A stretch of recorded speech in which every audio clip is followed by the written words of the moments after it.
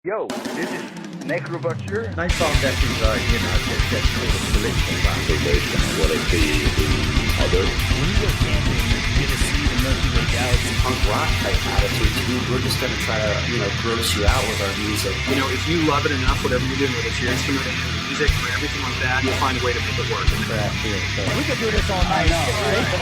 Bass players, I use. Yo, this is John from Noise Dosage Media, bringing you some of the most impressive and innovative extreme metal musicians on air to have an in-depth conversation about things you haven't known until now. We like to mention our sponsors and friends, Bishop Martin of Rat Punch and Begrudgingly Benny. Brandon specializes in stippling and digitally designing one-of-a-kind gruesome creatures that will look fantastic on any type of band artwork, tattoo, just about anything your twisted mind can think of. All of the art on this podcast is created by him, and we can guarantee 100% professionalism for a fair price. If you want to support the pod, please be sure to sign up for one of our $1, $3, or $5 Patreon tiers. We offer exclusive content, updates, merch, and unique offers that you can't get anywhere else. We're hoping in the future this fund can help aid in various subscriptions needed to keep this platform alive while delivering the best quality content we can. Our mission is to support more bands and deliver more content to our listeners. Thank you for tuning in. We appreciate it. Patreon.com/Noise Dosage Media. Well, how's it going? Good, man. Hanging in there. Yeah, I'm so stoked. I saw Deicide was playing recently and with no mask or anything. Like, I saw that. I reached right out and I'm like, how was the show? They're like, this was the best thing ever, man. Like, it was one of our best sets. So Awesome. Yeah. Unfortunately, I missed it, because I know it was right down the road from me. And I know the Inhuman Condition guys really well, Taylor and Jeremy so unfortunately I didn't go, but yeah, seeing what a success it was and nobody wearing masks, all that kind of stuff. It was like freedom, cool. Man, freedom.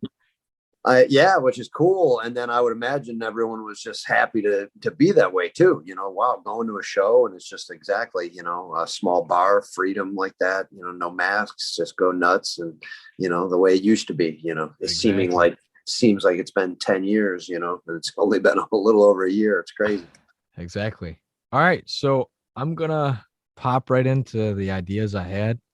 Cool. So, the first thing I had in mind, so I'm starting a fanzine recently, and I wanted to see your opinion on, how important do you think college radio and fanzines were back when Cannibal Corpse emerged?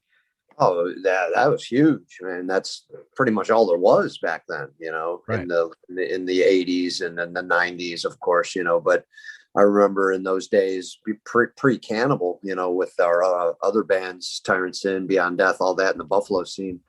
We used to go on the college radio. There was a big one in Buffalo, WBNY. And, they played the heck out of the underground music, which was huge in the scene. I know that was definitely a big part of the Buffalo scene. And, the same as fanzines. Exactly. How else did you get your information, especially from the underground? Right. Obviously there wasn't that many mainstream magazines anyways, dealing with metal and all that, but nothing was obviously dealing with the extreme stuff, so it was, both mediums were amazing for the scene and for the underground and, for bands like us and, the extreme music that was out there in all different genres to be exposed and to for the fans to read about and learn about. So it was, very, very huge, monumental. Now, in the early days, yeah.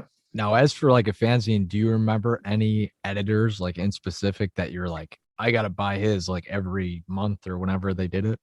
I unfortunately wasn't one of those guys. No. I mean, we did a lot. I don't think I ever really needed to. We of course obtained them, the ones that we were in, hey, do an interview, you get the fanzine. But personally, I was never a guy that, I need to go get, this fanzine or that fanzine. I wasn't that guy, It's, I know there was a lot of people I'm sure that were, but I wasn't that guy, So I'm going to assume your answer, but I just want to see your reaction. how much do you miss that time period where everything was like discovered physical? And I mean like records, CDs. I mean, everything is just going digital nowadays. And I'm just curious on your reaction and thoughts on that. Oh, it was huge. It was a what a time to be in, what a time to grow up in and be a fan of music. And I always talk about this if it's ever brought up about just how lucky I was, and people my age, the band or whatever, that growing up in the 80s like that as a teenager, and just at that right place at that right time to be kind of growing with the scene and the changes in music, and especially in heavy metal, of course, like on a daily basis. But it was awesome. It was, what a great thing that was.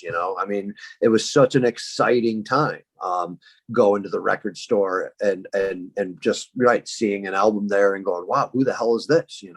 Right. And then you wouldn't even have heard the band, or not even know what they sound like, and you're going to go just out of strictly what the cover looked like, the picture on the back of the band, the song titles, you would buy it, and we probably, well, we did most of our buying that way, and 80% of it was obviously very, very good. They were bands that ended up being the bands that were the classics. It was crazy, but very exciting. No, I miss those times.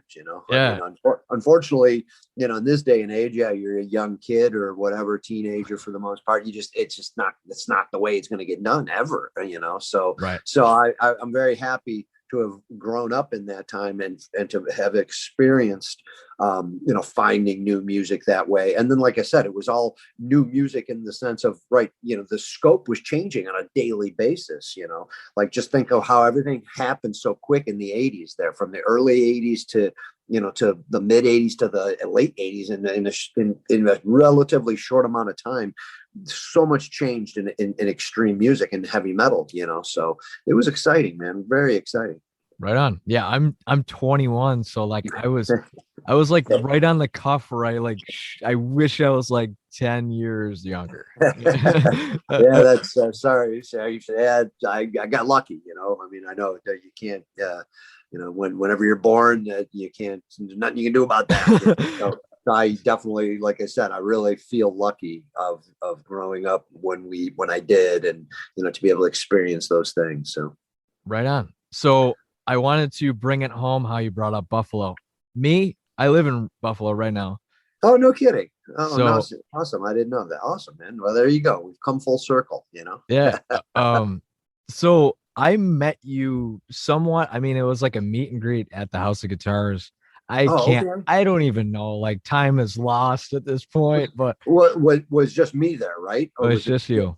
Yeah, it was just a couple of years ago then, because I did that D-drum meeting when they had that drum kind of thing going on.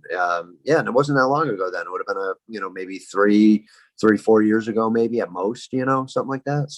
So I gotta ask, what is your favorite part about going to the House of Guitars? Like for me, like you just get lost in the place. Like Yeah.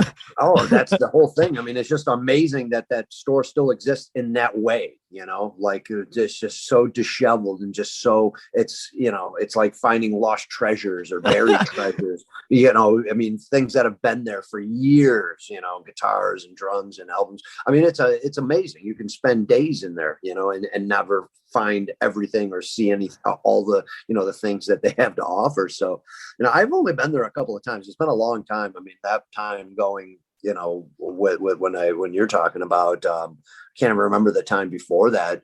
We used to go a little bit more so when we were living in Buffalo back in the day, but it was, it's hard to pull some memories out of that.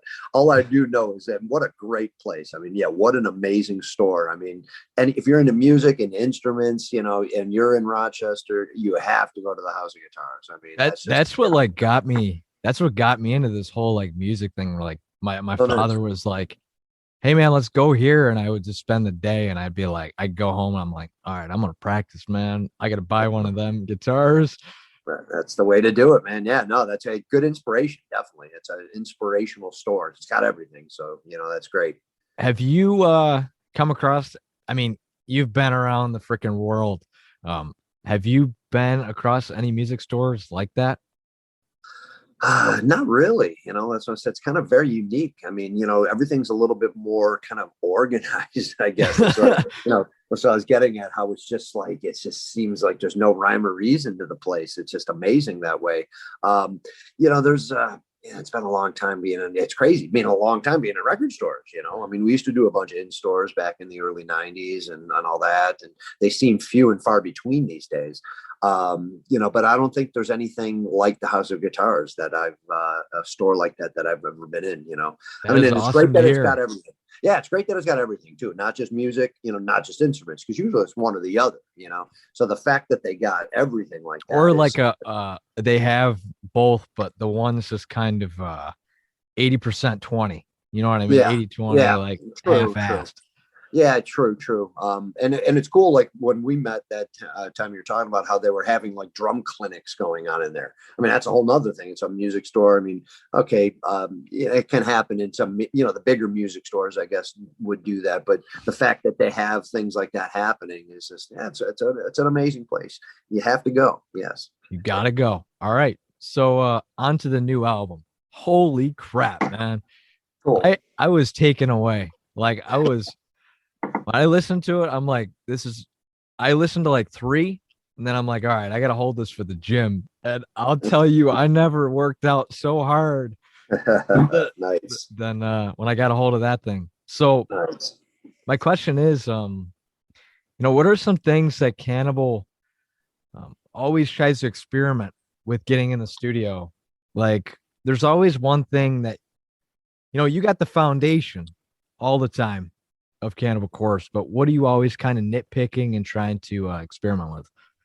It's a tough question. I mean, we don't really try to overthink too much, I think. I mean, I don't know. I don't know. I mean, you just want to go in there and do the best job you can do, for the songs that are given. For me personally, of course, I mean, I'm just trying to better myself. And I think that's apparent on this record. Oh, yeah. And I've been working on my stuff in the last 10 years, big time. And I think like in the last, say 4-5 releases, since probably Torture, where it's really stepped up, and I've, been honing in and just trying to fine tune and get better and do little things and all those. So, I mean, that's just a constant, obviously, not battle, but, kind of what I'm trying to attain, as I go here. You just really, I guess, every time you get in there, you just maybe a little more focused on detail, because you always look back at records that you've done over the past, and you don't got a lot of time to do records, but you look back and you're going, man, I wish I would have done that, or I wish I would have done this differently, or I say it's good, it's great, I like it, everyone likes it, that's fine, but always something you thought maybe you could have done differently or a little better, or maybe if I tried something. And I think I've learned and to not accept that, to go, no, I'm going to lay down everything that I want to lay down, and then just sit back and sit on it.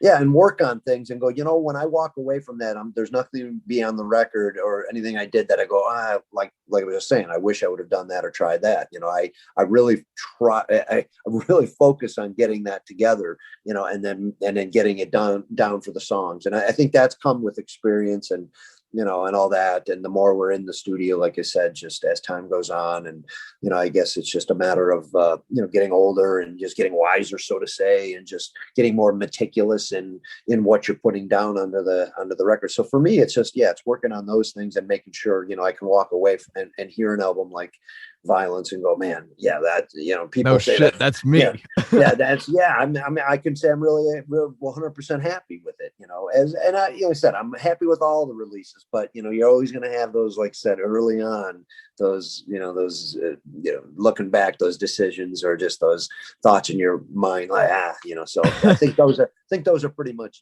those days are done. So that's good. Hell yeah. That's a perfect answer. I totally agree with you there. I can hear it. I mean, I'm just blown away on the amount of albums Cannibal Corpse has released. And like, in my opinion, there's no album that's just like, Metallica did a Saint Anger. Everybody's like, that album, it just sticks out. Right. Cannibal Corpse is just stays consistent, man. And I love it. Oh, Awesome, man. Well, I think that's why we have such a following and our longevity, and all that kind of a thing, why we're still around here, because people know what to expect from Cannibal. We got a great fan base. We got the best fan base in the world, and they know what to expect. They're not going to get anything but utter brutal death metal, and then we're going to try to make it sound as best as possible. Exactly. There's not going to be any experimentation going on with like the mixes and things of that nature. Right. I mean, maybe there's better mixes than others, but you're always just striving to make a brutal heavy record. Yeah. So I think that's key, and that's, like I said, what's kept us along. And our fan base knows what they're going to get with Cannibal Corpse, and that's huge. Yeah. All right. So this could be a heavy question or an easy question for you. With Cannibal Corpse being such this like brainchild, it's achieved so much.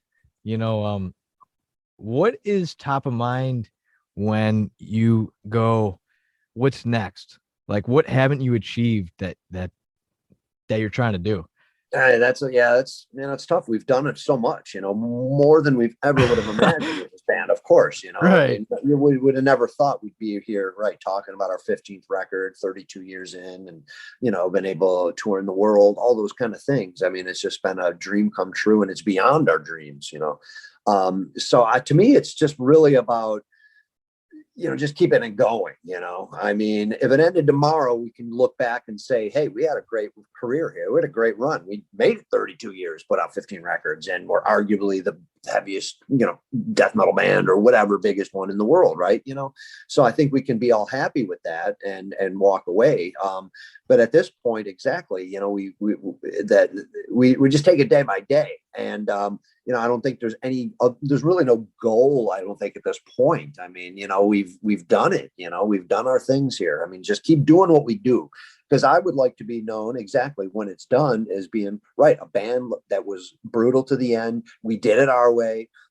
Hey, if we were popular for whatever, in the mind's eye and pop in the society's eye, it's because we're just Cannibal Corpse here. We're a brutal death metal band. Yeah. That's it.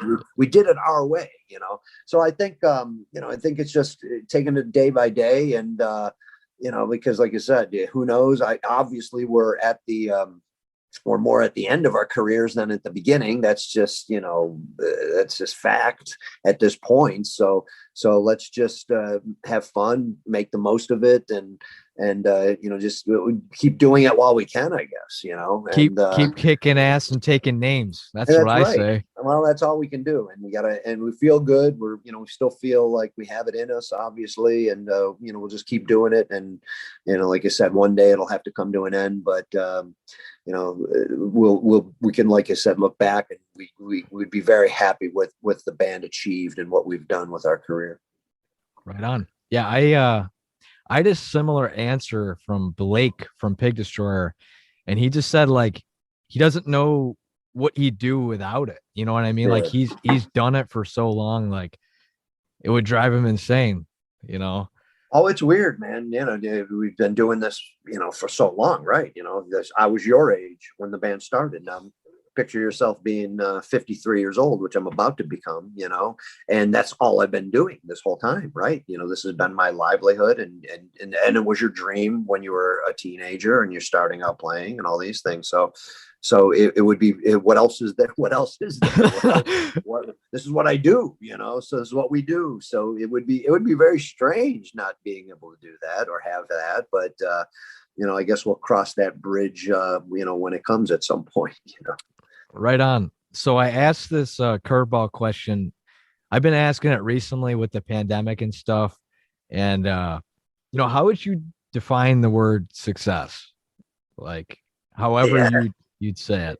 Yeah, I mean, I think if being truly happy with what you do, you got to be happy with life and who you are as a person, just to be, I think that's success. If you can be happy with who you are as a person, and that's huge. But of course, what you do for a living, that's another thing. So many people are miserable in what they do because they just, I have to do this. I have to make money. I have a family, and I don't like what I'm doing, but it pays the bills, all those things.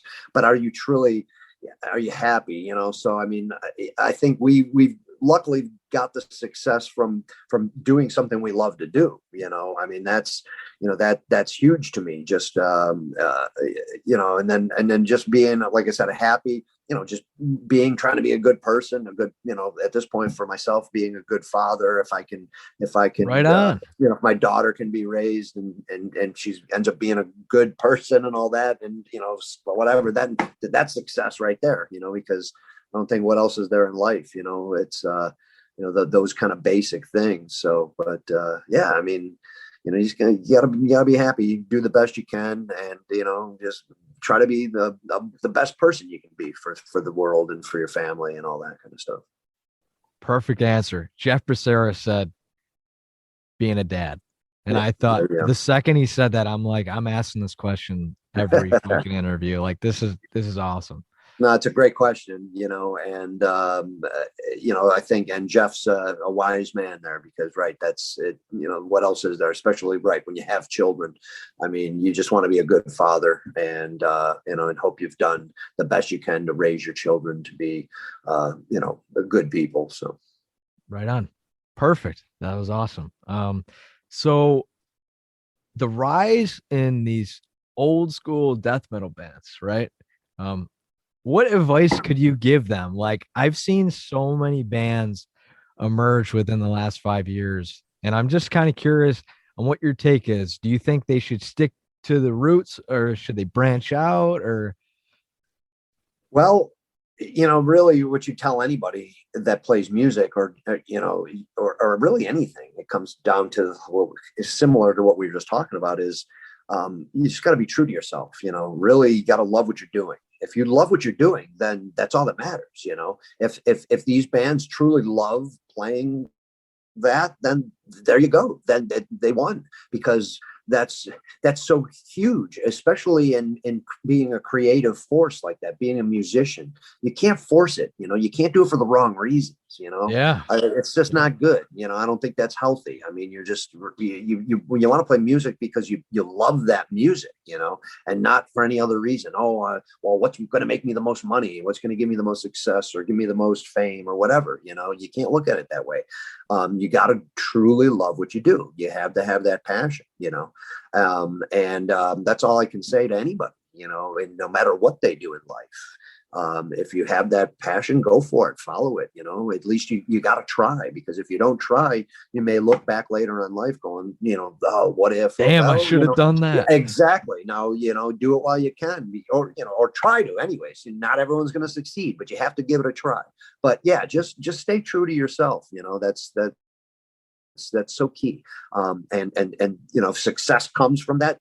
It really will. You'll be the happiest person. You'll be the happiest people. And I think that's why we're, like I said earlier on in the question before, right? We started playing music because we love to play music, because we love this kind of thing. It wasn't any other reason. Sure, you always have in the back of your mind, wow, wouldn't it be great to go on tour and have albums? Yes, of course. But that's not your goal. Your goal is to, man, I'm having a great time playing this music that I love with my friends. And, let's just keep on just focusing on writing another song and just getting better as musicians. And this is what we really, truly love to do. Hey, if you're in as a fan, great. If you're not, oh, well, we don't want you. We don't need you. We're doing it for ourselves, basically. Right. If anyone wants to come along for the ride, then jump aboard, all the better. So the fact that we've done what we've done, that's why it's amazing to us, because we've lived our dream of playing what we wanted to do, be the band we wanted to be, and have that success. Is just like incredible. What an incredible feeling that is, to know, like, we said earlier, or I said, we did it our way. We did it the way we wanted to do what we wanted to do. And when you get that, when you have that success from those reasons, man, it's a great feeling, that you can feel like you've accomplished something. You can be happy.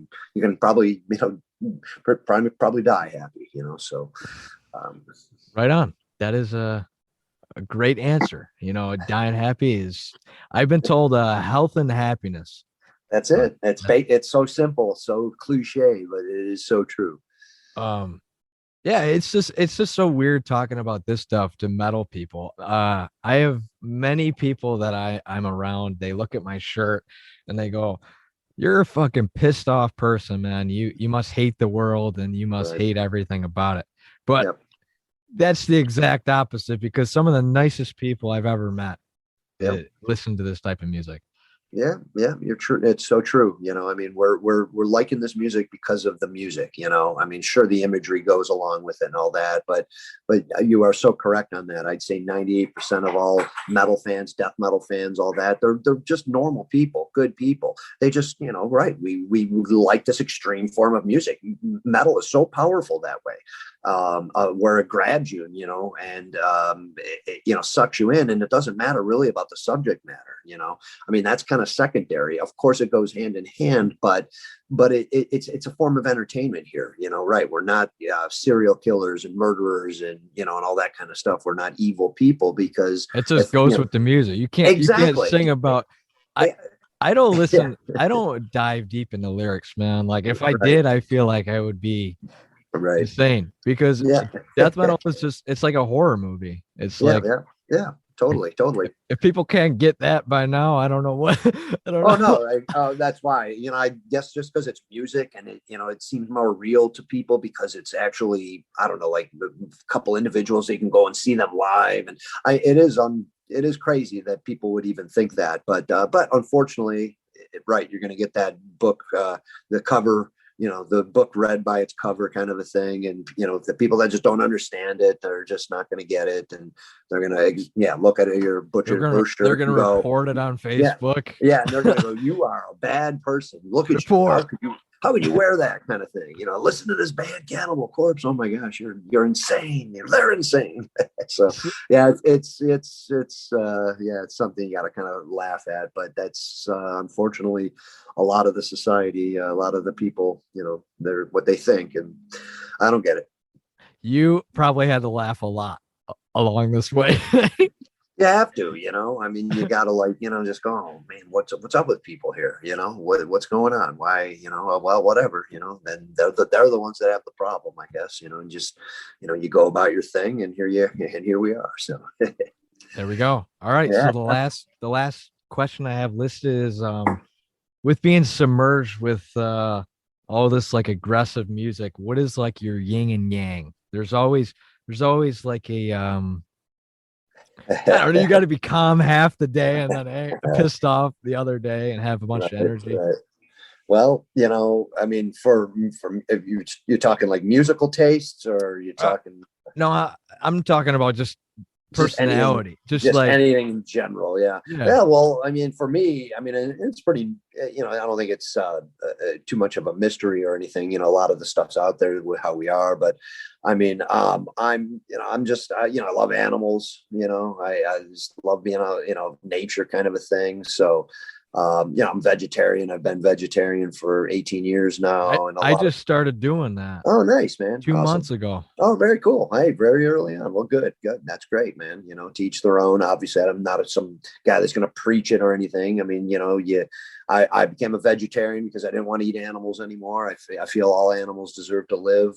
And, I became one later in life. I was around 30, 35, 36, 37 or so when I became a vegetarian. So, but a lot of people, when they find that out, whoa, how can you be in Cannibal Corpse and you don't eat raw meat? And, so it's just funny. They have to do some research, because. I know. There's a lot of ignorant people that just don't care. I was ignorant for 21 years. I mean, like, sure. I think the biggest issue is you grow up in a household where that's just the culture. That's what you do. Of course, that's how I grew up too. You don't research, like, no, when you're young, you don't care. I mean, for you to, when I was your age, I wouldn't even came close to becoming a vegetarian, because I wasn't thinking of that. I was, I'm not, I don't care kind of a thing, and the older I got, I guess, the more I did, and the more I thought about it. And that's why I did it. But, but you're right. If you're growing up in an environment where, it's just not a big deal, or, right, you eat meat, that's what you do.